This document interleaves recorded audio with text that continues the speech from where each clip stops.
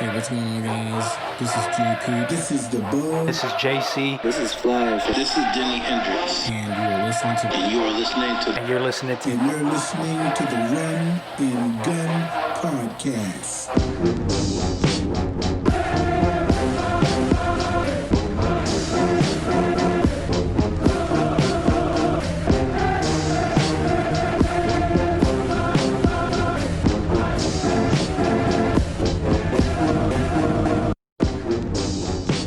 All right, so what's going on, folks? Welcome to another episode of the Run and Gun Podcast. I'm JPeeps. Oh, I'm Jay Cee. And for you today, we've got a excellent lineup of topics today. Oh, what we going into? What we going into? Go ahead and let me know. Highlight. The first thing we're gonna jump into today is hockey. Mm-hmm. So the NHL playoffs are underway, as you know, and it's already off to a pretty interesting turn of events. So on one side of the bracket, you've got the Flyers, the Avalanche, is that the Avalanche? No, that's not the Flyers. That's not the Avalanche. You got the Flyers, the Canadiens, the Lightning, the Blue Jays, the Capitals, the Islanders, the Bruins, and the Hurricane. So in that Flyers Canadian series, it's tied up 1-1. The Lightning took a 2-1 lead the other night against the Blue Jays. The Capitals, yes. The Lightning. Yes. Been blowing it for a long time. Yes. We're supposed to win years ago. Well, last year they were supposed to win, and then back in 2015 they were supposed to win it again against the Blackhawks. But yeah. The Lightning. Yes. We speaking of the same Lightning? Yes, but let me before you go into that, let me keep going with the rest of these series numbers. So the Islanders lead their series as a 6 seed over a 3 seed. They lead 2-0 against the Washington Capitals. The Bruins, they lead their series against the Hurricanes 2-1. On the other side of the bracket, you've got the Golden Knights, the Blackhawks, the Avalanche, the Coyotes, the Stars, the Calgary Flames, the Blues, and the Canucks. So Vegas leads their series 3-0. That looks like that's going to be a sweep. The Avalanche trail their series against the Coyotes 2-1. Calgary leads their series 2-1 against the Stars. And Vancouver, they lead their series 2-0 over the Blues. So, as you were saying back with the Lightning. Now listen, I have never, ever pretended to be a hockey man. All right. I enjoy my hockey the same way everybody else that I know does, with alcohol in my hand and on a different channel. You got to have some type of Russian alcohol, though, if you're going to enjoy it. Yeah, but that's rubbing alcohol. So exactly, it don't line up, and it's on a different channel. I'm trying to tell you. Okay. That ain't got nothing to do with me. But I will say that the city of Tampa has been relying on the Lightning as the only good team in Tampa for how many years now? Since about 2000, really, if I'm being honest, since about 2009. You know what? Let's just say a long time. But hold up. But the Rays have gotten to the playoffs since 2009, multiple times, just like the Lightning have. But don't they always get bounced in the first round? Not exactly. You know what? I have never lied and said that I'm a baseball man either. But you know what? No, keep going on hockey. I want you to keep going. But you know what? The Lightning, every time And Peeps knows and can attest to this. Every time I put my faith in the Lightning, what happens, Peeps? Tell America what happens. They lose. So what I need you to do, is I need you to continue to, just like I've told the Bug, continue to talk down on the Lightning so that way they can get through this series. And then whoever they end up seeing in the next series, whether it be the Flyers or the Canadians, I want you to continue to talk down on the Lightning so the Lightning can get past that round too. Man. That's what I need from you. Personally, I need them to step it up. I need them to finish. All right. Well, the good news is I'll tell you this. If they win this opening series and then they get past the next two series, they'll be in the Stanley Cup Finals.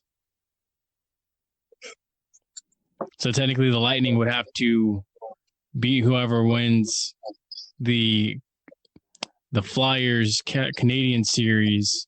They'd have to beat whoever wins that, and then they'd have to beat whoever comes out of the other part of the bracket on their side, whether it be from what it looks like the Islanders or Boston. Whoever comes out of that side, they'd have to beat whoever that is to get to the Stanley Cup Finals. And from what it looks like on the other side of things, they're going to most likely probably get paired up with either Vancouver or Vegas. So now what you're telling me is if they get past this first round, now I'm just spitballing here, but what you're telling me is that if they get past this first round, it's basically a cakewalk to the finals.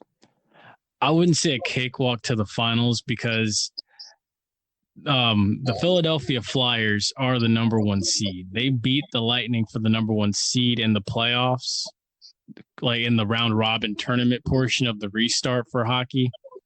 So technically, I think the Flyers will be a formidable foe.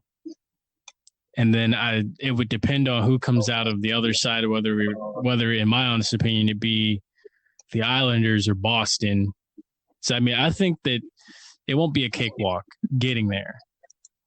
But I wouldn't be surprised if they end up having to see Vegas in the Stanley Cup. Okay, now. That's all I needed to know. I was just curious. Okay. I can get on board with that. I'm gonna get off my high horse with them for now. I'm gonna let them rock. Okay. But that's gonna bring me to my next question. And I saw this on Twitter somewhere. Do you think that hockey is the hardest sport to play? Oh, that's an interesting question. Because it was brought to my. I saw it in a tweet that someone said hockey is one of the hardest sports to play, and I kind of sat there and elaborated on it because I was thinking to myself, I was like, wait a minute, let me think about this now, because when you look at it, you got to play basically rugby on skates. Yes, yeah, like you're skating. You're not roller skating either. At that, you're ice skating. And I'll be honest, not that many people can roller skate to begin with. So you got to be like. I'm gonna tell you, I didn't try it. You gotta be. See, I never tried it. I don't think I'm ever try it. You got to be some type of special. You got to be some. You got to be some type of special. Sorry, I keep cutting you off with my thoughts. Go ahead. Go ahead. You're good. But yeah, you got to be some type of special to skate on ice, and then you're basically doing this for almost a nightly basis during the regular season, and even during the playoffs. And then plus you got to ramp it up in the playoffs, and then on top of that, like it's a collision sport. Outside of the goalie, you have no face mask. And you know what? You know what I think scared me the most about hockey? I think I was a kid and I was staying up watching those, you'd be on the dark side of like the internet and they were like talking about, or maybe it was ESPN, and they were talking about how people have had like their throat cut open while playing. Oh, yeah. I saw that highlight. You know the crazy part of you want to know the crazy part about that? What? That dude finished the game. He came back and finished the game. He better than me. I'm Yep, gone. I'm be like, look, I'm retiring now. I'm gonna take my pension plan. Thank you for having me. I'm gone. But yeah, that dude finished the game. Yeah, that's too close for me for my likings, you know. Oh, I understand. I fully understand. So I'm right there with you. I couldn't do it. But I would definitely put hockey at the top as far as one of the harder sports to play. I'll do it. I'll bite. I'll say yeah. It's I don't want to say it's the hardest because Yeah, I know you might trigger somebody, but yeah, let's be. because there's also rugby, and rugby is just fighting with the ball. Tis true. Tis true. So, I'm gonna say it's one of the hardest. Fair enough. Fair enough.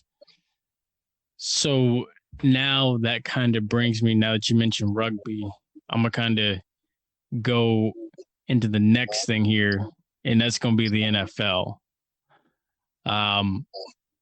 So here's my first thing. What should Trey Lance, who's the quarterback at North Dakota State, because North Dakota State season's been canceled, and also Ohio State's season has been canceled too because of the Big Ten deciding not to play. So what should Trey Lance and Justin Fields do? Or what would you do if you were those guys? Would you play, or I mean not play, but would you transfer somewhere, or would you just say, you know what, let me go ahead and finish out, get my education, and then prepare for the draft at the same time?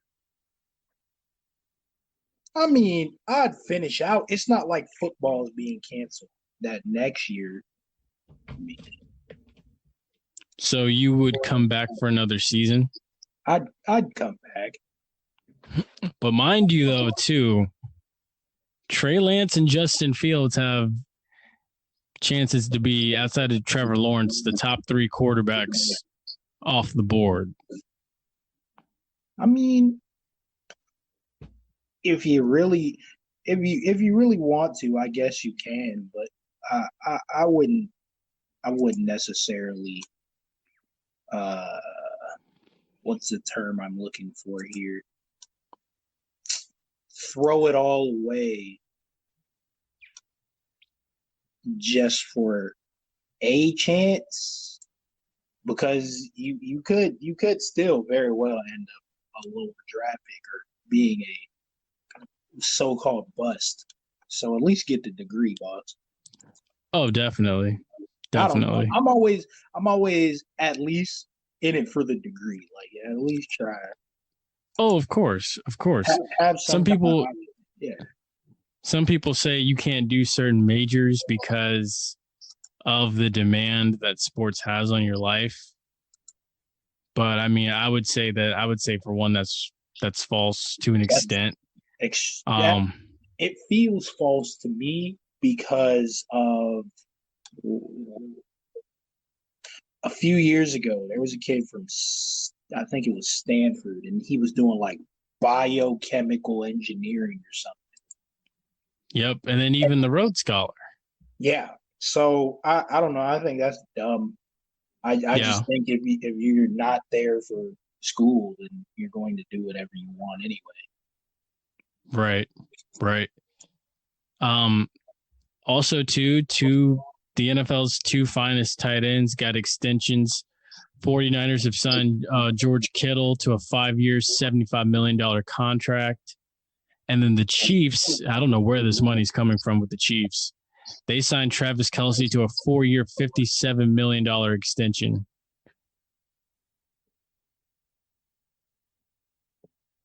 Hey, man. So for a decent amount of Patrick Mahomes' years in Kansas City, he's going to have Travis Kelce.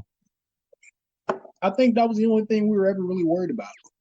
Are they going to be able to sign the stars that they had, re-sign them, and be able to keep them? Yeah, that was. I guess they've proven, we can do that. It'll be fine. Because they signed Chris Jones, and now they've signed Travis Kelce, and I'm pretty sure they locked up all their star receivers. So that was like all the questions that we had for them. So, I mean, they're hitting on all the right fronts here. Yeah. Yeah, I'll give it to him. I will definitely give it to him. The other thing with that is, I'm gonna ask you this because I know it's funny with you and Jimmy Garoppolo. Do you think Jimmy Garoppolo is going to be around to see the majority of that 5-year extension that Kittle got? Have we? I think we definitely already talked about this. With Kittle. We have. I mean, not with Kittle, with Jimmy Garoppolo. But I shall appease.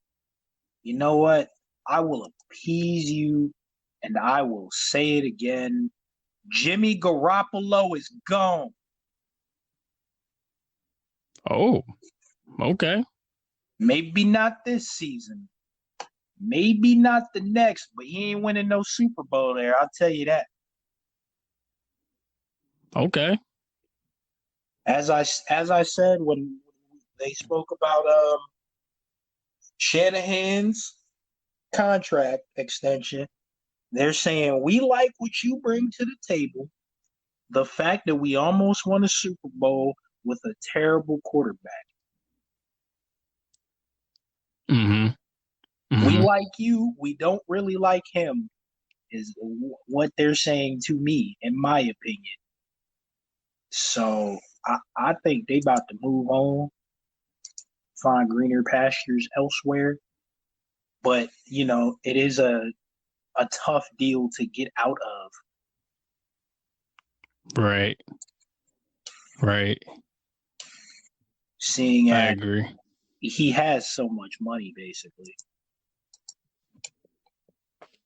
Correct. And that's going to bring us now to the next question. And I saw this on NFL Network, and it kind of had me shaking my head. So they listed their top 5 wide receiver duos in the league. And I saw it, and I was just like, huh? Because they had Cooper Kupp and Robert Woods listed as the best wide receiver duo in the league.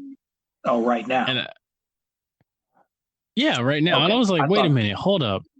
I was about to be extremely offended. I thought we were talking about all time. I was about to be like, whoa. Oh, yeah, definitely not all time. All time, I'd probably have to go with maybe Jerry Rice and what's his name, who went to Delaware State. That was his. I'm trying to figure out what that guy's name was. It was Jerry Rice, and I don't want to say Dwight Clark.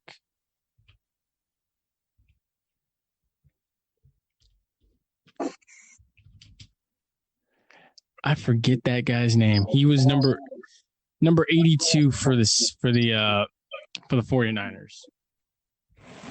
Don't ask me. I don't know.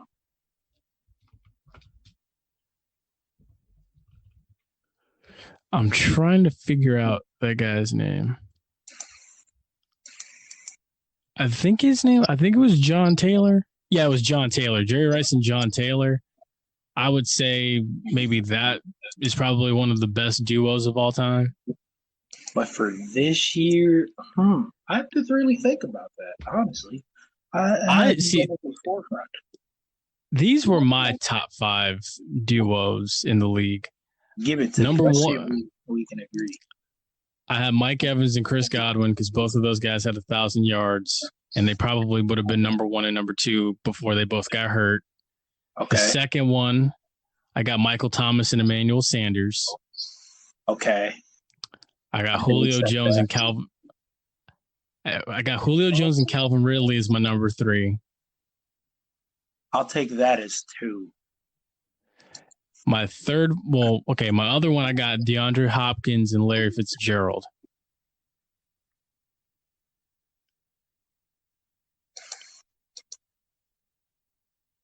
And then my last one I got Keenan Allen and Mike Williams.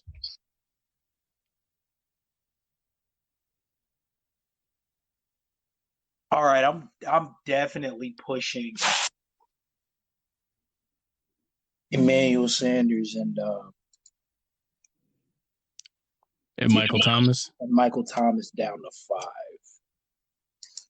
Then you gonna push him down to 5? Well, okay, I'll give you that one. I'm gonna say Larry and DeAndre Hopkins at 3,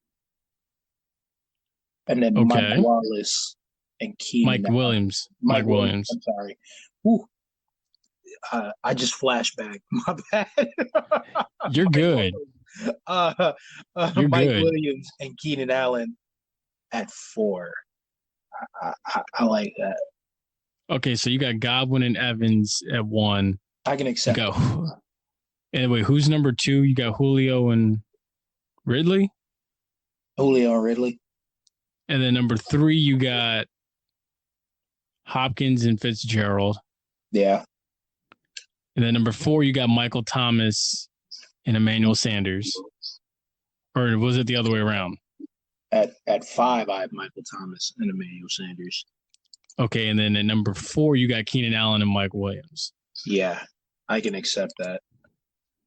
Okay, so I just wanted to be sure, make sure we were on the same page here somewhere, because I don't know where Cooper Kupp and you know what? I'll put them at 6, but I don't know why we're considering them. I mean, I understand they got to a Super Bowl and they've made the playoffs, but I just don't understand how that could be the best duo in the league. Heck of a talented group. But I just don't see that high of a ranking. I would agree. But now the bug is coming. The bug is coming.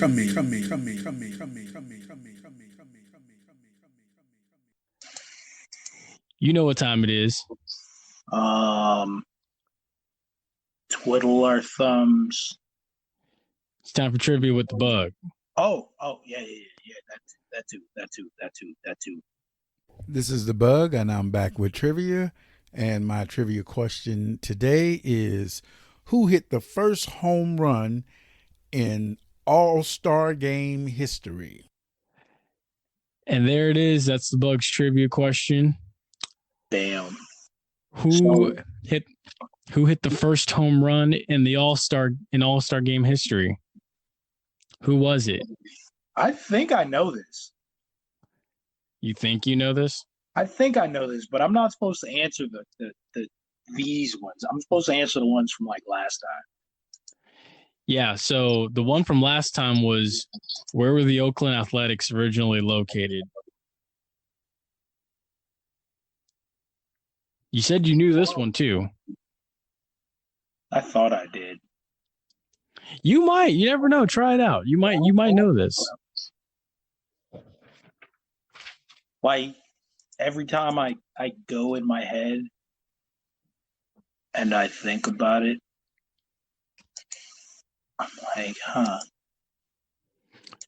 All right, so let's just take a wild guess. Let's see if you actually get this right. So where were the Oakland Athletics originally located?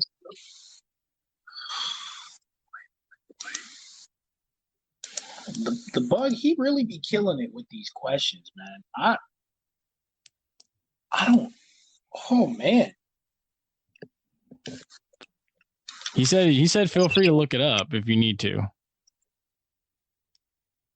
Oh, I'm trying to think. The Oakland A's.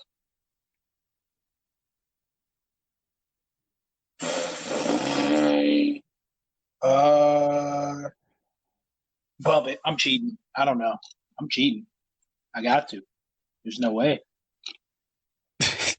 I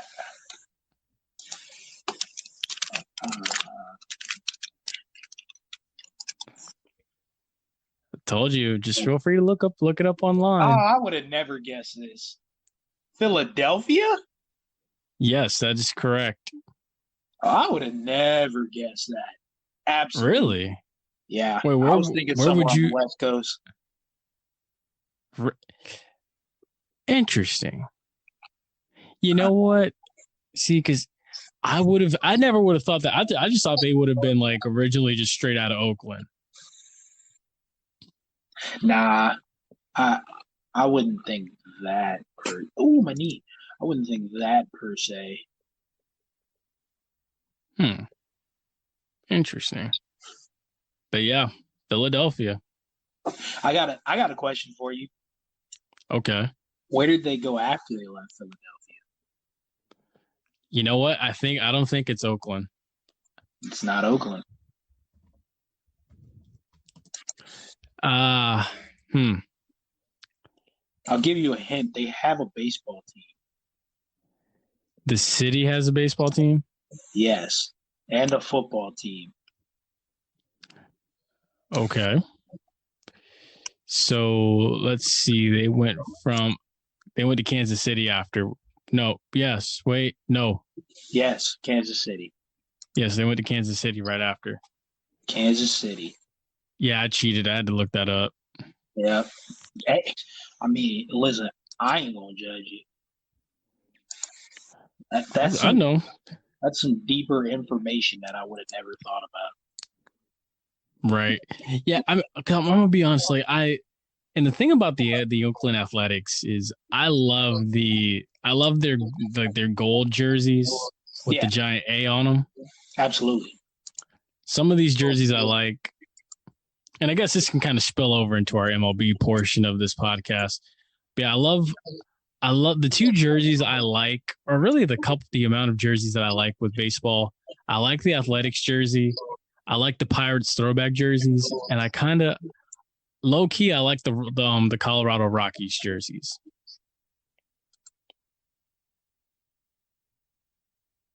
Those are my three favorite jerseys, but I do like me a St. Louis Cardinals jersey.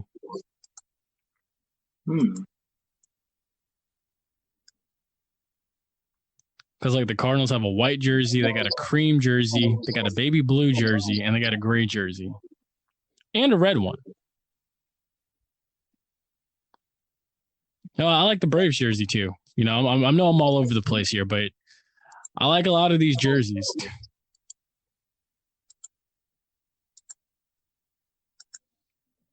And I like the Royals jerseys. Really interesting. I do have some. Yeah. They do have some cool jerseys in baseball. I won't lie. Yeah. They do. But I'm rambling. What's next? You want to know something interesting? Something else that's interesting about baseball that you're not going to believe?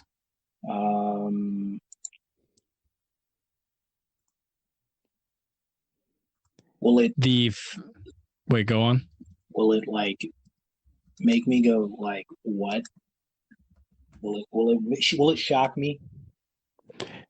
It might.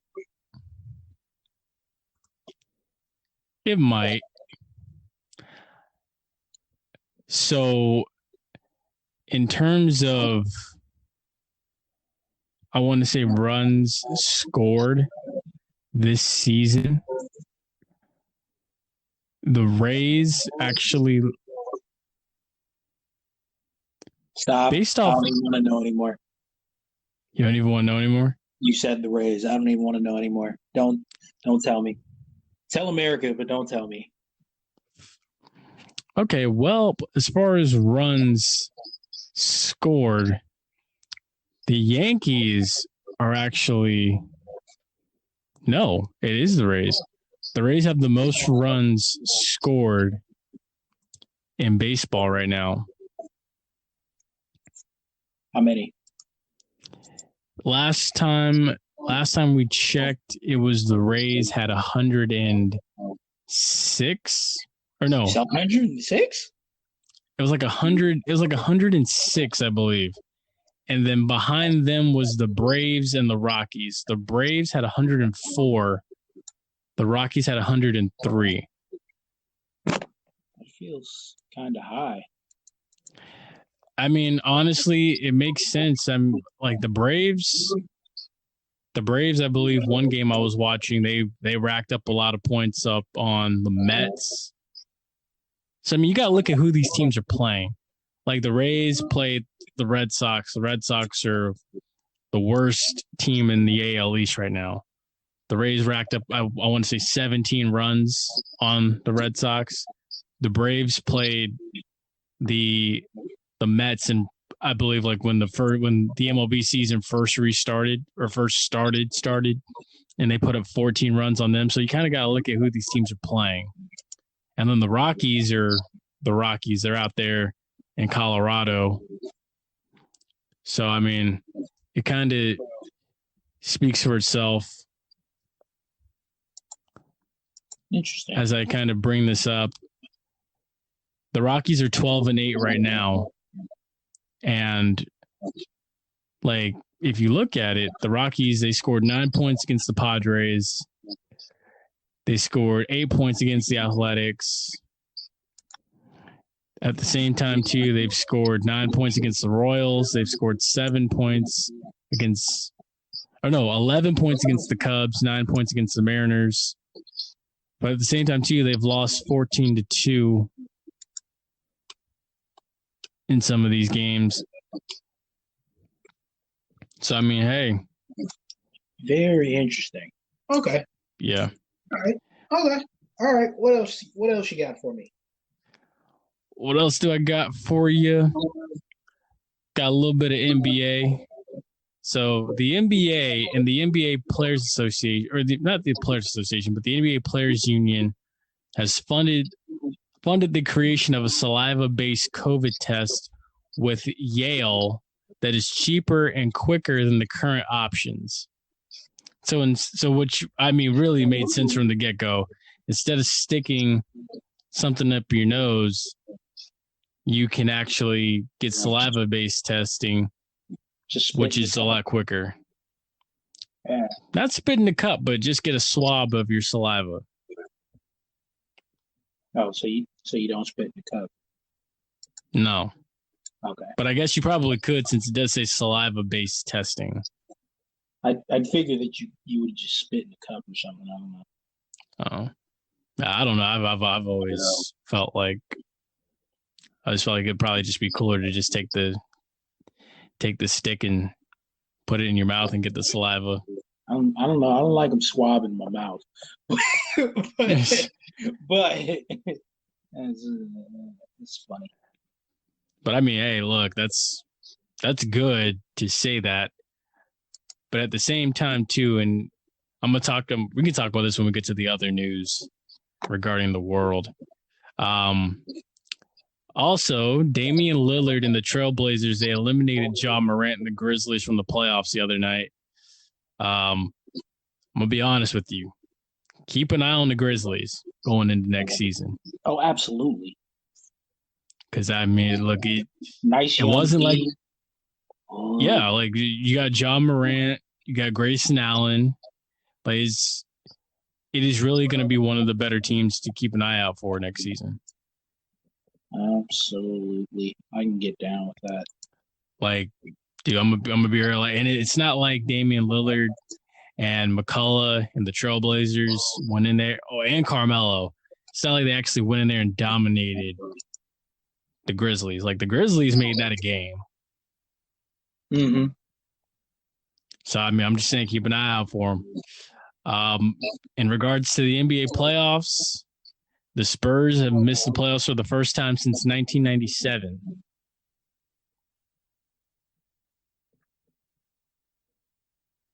Crazy to believe. Wow. It's, you know what it is? It's the doggone COVID. That's what it is. Yeah. You know what? It's not Popovich. Don't ever blame Pop. You got a point. You're absolutely right. That's all I'm going to say on that. It's the doggone COVID. You got a point. But this has been like, as far, like, you know, it's crazy because something told me something crazy like this was going to happen. The Patriots lost in the wild card round of the playoffs. And now the Spurs don't make the playoffs for the first time since 97. It's been crazy. It's been extremely crazy. Like, just expect the unexpected. Like, The dynasty it's wild. are going down. They really are. Like, they really are. But regarding the NBA playoffs, did you see anybody that's a clear front runner?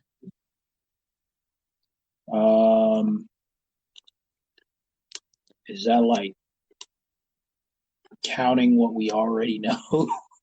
Like it might be the Clippers or the Lakers. Honestly, like, I mean, the safe bet would probably be the Lakers, but probably be the Lakers and the Bucks. But I'm gonna be honest with you, like, I wouldn't count out Damian Lillard, McCullough, and Carmelo when they play against the Lakers. You know, I just want to. I'm not gonna say anything until I see more, because we've seen Damian Lillard do this before and then get to the playoffs and then lose. Yeah. Honestly, you know what I really wanted to see? I really wanted to see Damian Lillard and the TrailBlazers get matched up against the Clippers. That would have been interesting. Just based off of like the trash talk that had been going on back and forth between those two. Yeah, that would have been really interesting. That's what I really wanted. But yeah, you know, I'm just gonna wait. I'm gonna see, because you know what's his nickname? Dame Dollar, something like that, right? Yeah. He turns into $half in the playoffs. Hey, look, I can't say nothing to that because it's been the truth. He turns into $half in the playoffs, and now if this ever reaches his ear, I'm not doubting you. Before somebody cuts and edits the sound, I'm not doubting you. I think you have all the talent in the world, bro. Just go ahead and show it in the playoffs, boss. Do you? Fair statement. While I want Milwaukee to win, because I like Milwaukee, I mean, I have no stake in this. As long as I see somebody win who probably isn't LeBron. Say who probably isn't LeBron? Yeah, because I'm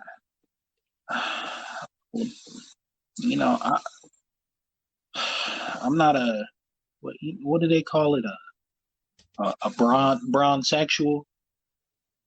Whoa! I've never heard of it like that. You've never? Oh, sorry. Am I not allowed to say that on stream, on podcast? I mean, go. I mean, this is supposed to be somewhere where you speak your mind, but go right ahead. I am not judging you. I don't know. It's just a term that I've seen like thrown around on like the internet, I guess. Yeah, let's say it like that. Yeah, but you know, like the term is. I feel bad explaining it. You go right ahead. It's basically meaning that you're like an avid supporter of LeBron and who counts LeBron as the man who can do no wrong. Correct. So essentially, you know, you're essentially on his Johnson and Johnson.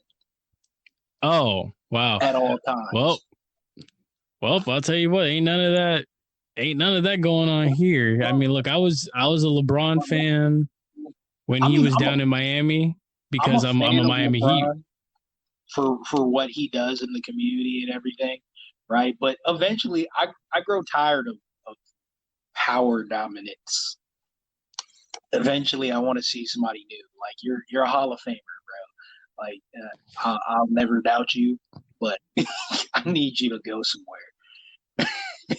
Understandable. Like I said, I mean, I was cool. I was cool with him when he was down in Miami with the Heat. Because like I said, I like the Heat. I'm a Heat fan, but I mean, once he left, I figured he was going to stay in Miami because I was like, look, if he stays in Miami, win or lose NBA Finals, like it's going to be a fun product.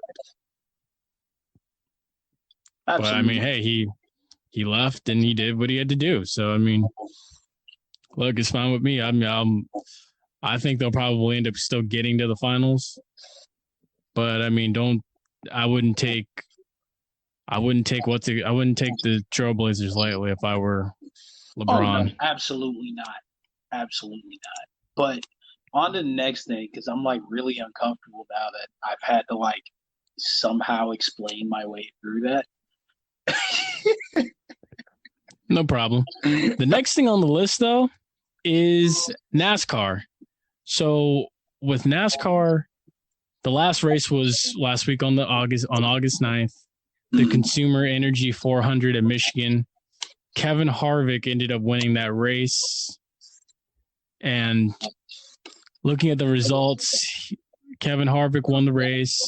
And then shout out to Toyota because, for one, you know, your boy drives a Toyota. Toyota had 3 cars finish in the top 5. So Denny Hamlin, Martin Truex Jr., and Kyle Busch all finished in 2nd, 3rd, and 4th. So hopefully today at Daytona, I believe this next race at Daytona today is as I find it, this is the Daytona International Speedway road course. This is the Go Bowling 235. It's 65 laps today. So 65 laps. Because it's a road course. Interesting. And then after that, they head to Dover. I want to ask this question, and then we'll get back on track. This is a totally off-base question, by the way. What's up? Would you be a race car driver? Would I be a race car driver? Yeah. Honestly, you know what? That's a tricky question because like when you look at it, no background things or anything like that. Like if you could, like let's say you're talented or whatever, and somebody's like, hey, you know, you want to be a race car driver? Would you say yes?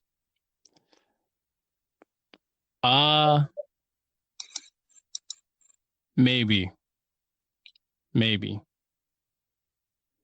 Because I mean, look at there's a fun side to it, like the winnings and stuff, the money and all that. But at the same time, too, there's a dangerous side to it because, like, I've seen what happens when you're just reckless with the car, and you're just putting the car on the line to win races and stuff. So I mean, look. At the same time, too, I've seen Talladega Nights in the Ballad of Ricky Bobby. So I mean, there's a fun side to it. There's a dangerous side to it. I think I'd say no, only because of the fact that there are so many laps in there. Like I know myself, and I'm going to zone out. You're going round and around and around and around and around. Yeah. And then the other thing too is like, what if I need to use the bathroom? You know what? Actually, I think I've seen something like that, and I think they said you either go before, or I think they have a driver or something, or they just tell you piss your pants. I don't know. I've seen something where they said somebody wears a diaper or something. I don't know how true that is. Yeah. Like I don't know exactly. I'm not gonna act like I know specifics. But I mean I just couldn't do it. I don't think I could do it. I couldn't. I absolutely could not. I feel that. I'd be driving, and then I could see it happening. I just think about, oh, what am I going to eat for dinner later? And then, bam, like something's going to happen. Like, bam, like what's happening, boss? It's like that sometimes. But as far as the playoffs go right now, Kevin Harvick leads the field. He's got 2,050 points. Behind him is Danny Hamlin with 2,037 points, and then Brad Keselowski's right behind him with 2,031 points. That's your top three drivers right now. Interesting. Very interesting. But that's going to now lead us into the last topic of discussion, and that's college football. College football players all around the country have stated that they want to play this fall. Unfortunately for them, the Big Ten and the Pac-12 won't be playing, but the Big 12, the SEC, the ACC, and the American, as far as Power 5 and the one conference that we do cover, that's a Group of 5 conference, that's the American, they all intend to play football this year.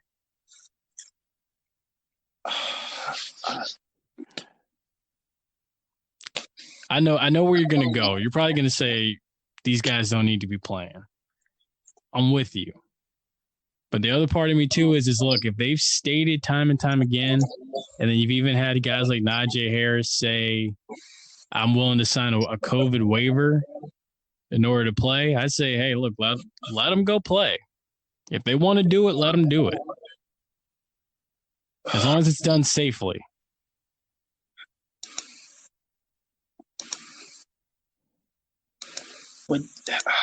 But you know, and I swear, if something happens, I can hear it now.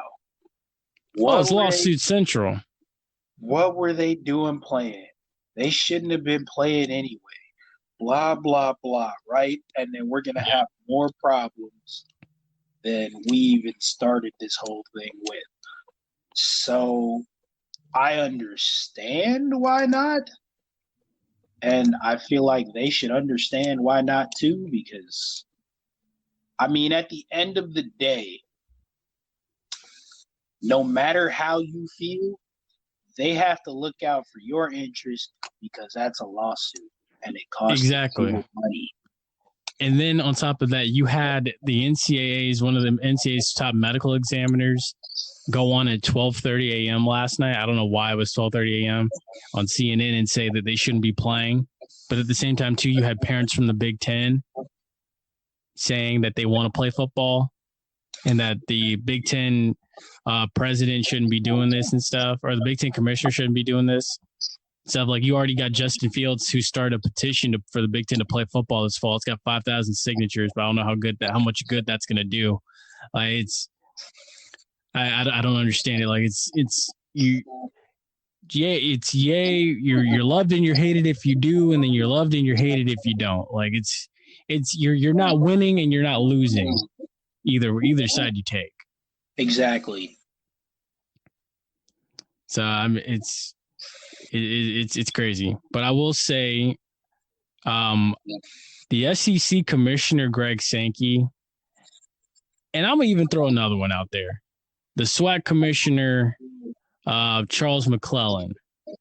Both of those guys have managed this whole thing to the best of their abilities. Better than the NCAA president, Mark Emmert, has. Way better. SEC commissioner, he's been working out TV deals, saying, we're welcoming teams that want to come in from the Big 12. All of this, even though the Big 12 is still going to play. And then the SWAC commissioner who brought up the idea of spring football, although you know how I feel about spring football and everything, it's just, they've handled it to the best of their ability. Absolutely. So I give kudos to both guys. And then while we're on the topic of spring football, I'm glad someone with more respectability than me came out and said it.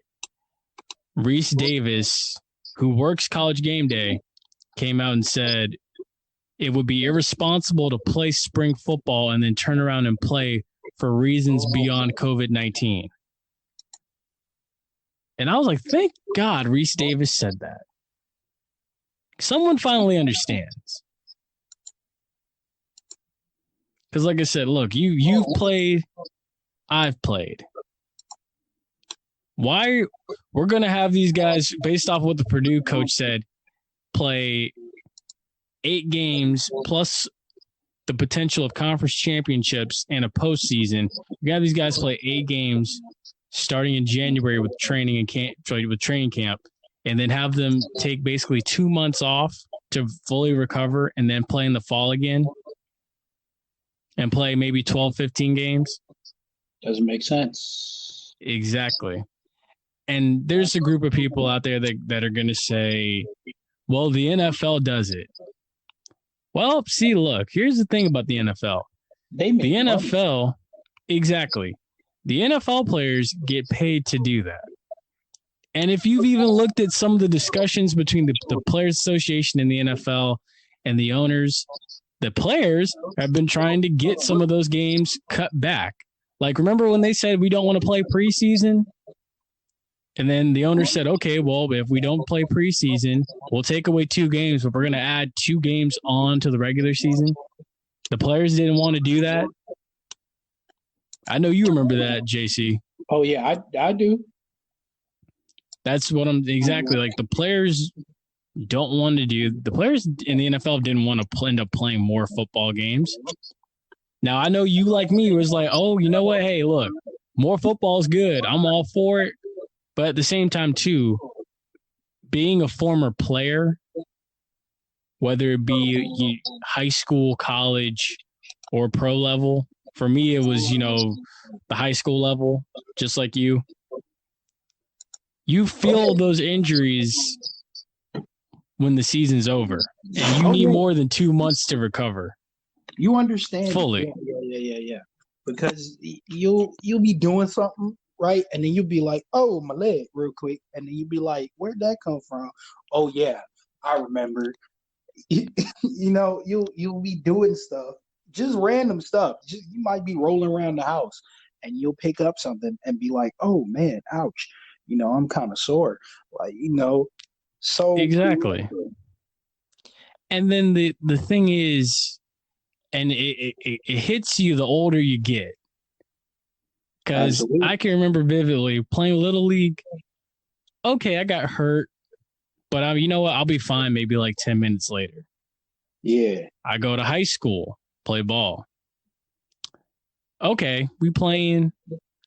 By the time it started getting cold here in Florida, oh, man, I'm starting to feel this. I feel my injuries. Exactly. By the time the season ends, I don't know if I could tee it up again in about 2 months. Thank God we only playing 1 spring game.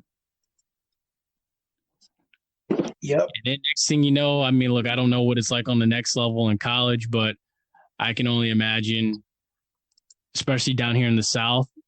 I'm not trying to prep and start prepping in the spring and play all the way through to May and play 8 to 10 games and then only get June and July off before I start putting on pads again.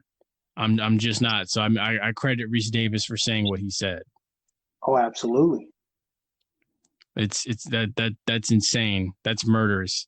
And for those, and we had the question from, I forget. I'm trying to figure out which group he was from, but one of our followers who actually also does a podcast asked the question of,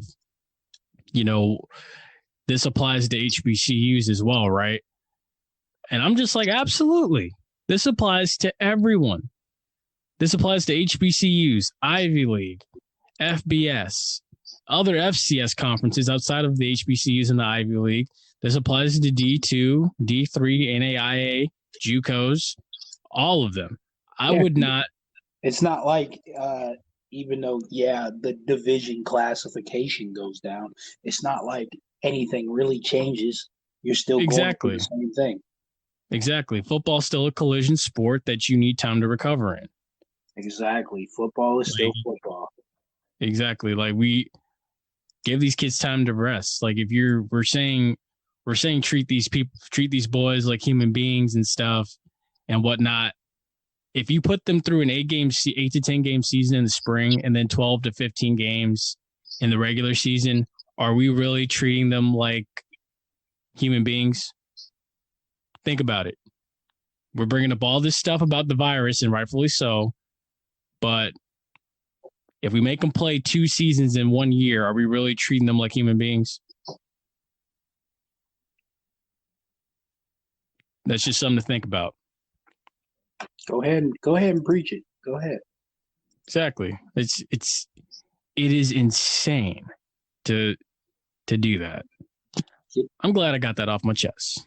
Get in there, boss. I feel like I'm always the one to go on rants. So having you go on a rant makes me feel better.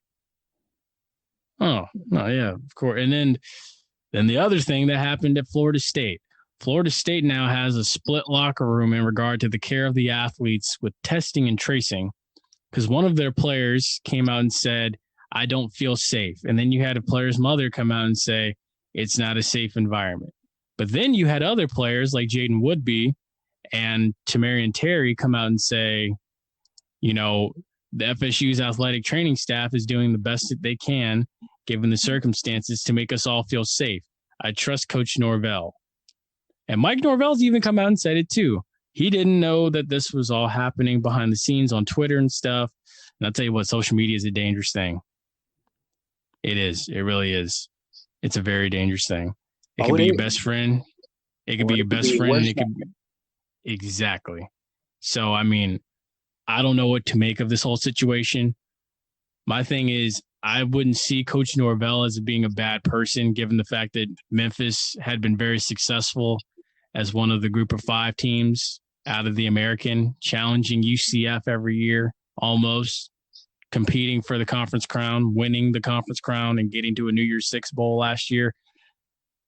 Who's telling the truth here and who's lying? I don't know. And I was reading the tweets from your boy Chris Torella from not Fox Sports, but Bay News 9 here in Tampa, and I'm like him. Somebody's not telling the truth here. Everything doesn't add up. And let's put the bias of I don't like Florida State aside for a second and kind of look at the big picture here. Mike Norvell was brought in to fix a sinking ship.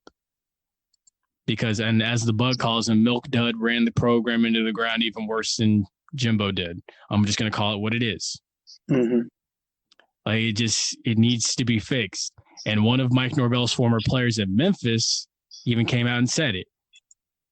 I don't have the tweet word for word in front of me, but he said basically, look, y'all boys in Tallahassee, y'all have been spoiled for so long with a lack of leadership that y'all need to kind of understand where Mike Norvell's coming from. He's doing the best he can. Not everybody's going to be bought into what he's trying to do because it's not going to favor everybody, but he's trying to get the program back to where it's supposed to be. And I fully believe that. Absolutely.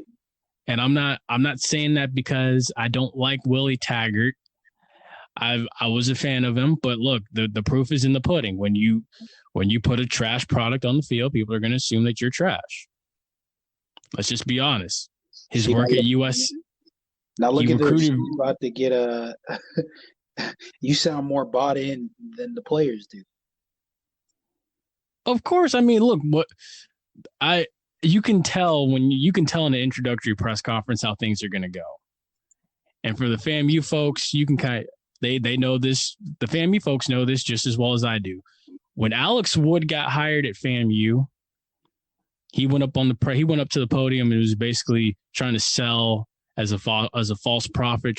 He recruited very well, trying to sell this and that, talking about, well, you know what, we're going to try to run an up-tempo offense and all this stuff, and we're going to win a few games, and all this stuff. He recruited his butt off. I'll give him that. But as far as game prep and everything like that, it just, to me, I wasn't sold. But now when Willie Simmons comes into FAMU and he does his introductory press conference, I'm bought in and I'm sold because he's preaching family values.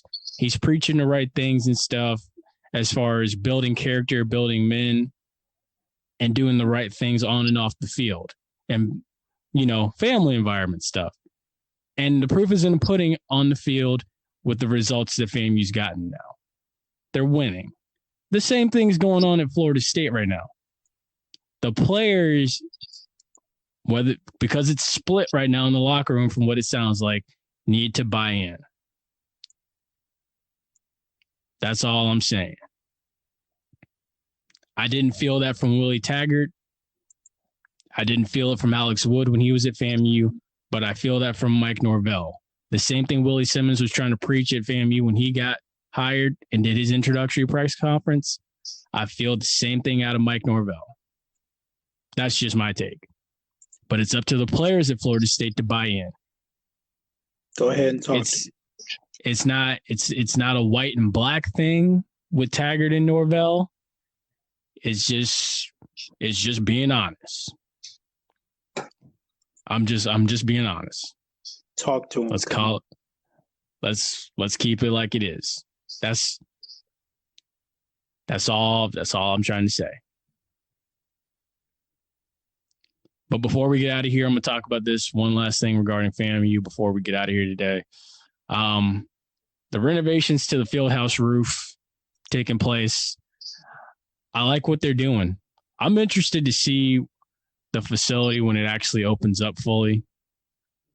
I can't wait for it because they got new lockers. Coaches' offices have been improved. And then the renovations just all over campus are taking place. This is one reason why I'm upset there's not going to be a football season this year for FAMU, because FAMU Towers is being built. This is like one of the better dorms on campus that it kind of makes me wish I was still back in college after graduating now. So, but hey, I like what's happening. But enough of me talking. I know y'all are tired of me talking. I know JC's tired of me talking too and ranting all day. Oh, no, I'm just actually tired. My sleep schedule's messed up. Even still.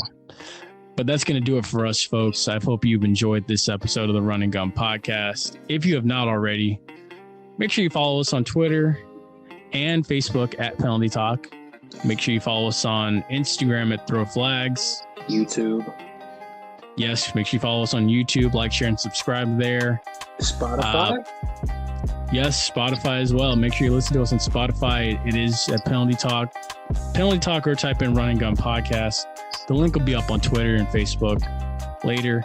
And if you have an advertisement that you want to get out to our followers that we have, go on ahead and send us an email at flagontheplaysports@gmail.com. I'm glad you said that, an advertisement. I really am. Yes, if you have an advertisement, please send that in. Please. We would really appreciate that. Send that to our email. I'm gonna let you but JC, I'm gonna let you handle that type of stuff because you handle the business side of things. I'm the money guy. I'm gonna let you handle that because the whole thing with ads and stuff. I'm gonna let you just go ahead and just do that. That's all you. But yeah, that's gonna do it for us. Make sure you continue to wear your mask, continue to practice social distancing. Oh, and if you're still interested, okay, so I sunk a 50-foot putt with my kid. I'm finna, man. I'm going home. So if you're a Maxim or Hustle model, and you know, oh my goodness, you're like, this guy sounded pretty good. I got my do-rag on, and I got my goodness. Man, look, right, y'all take care. Y'all just go ahead and email or DM us, and we're going to get this kicked off. Y'all stay safe. Y'all stay blessed. We're going to see you on the next episode.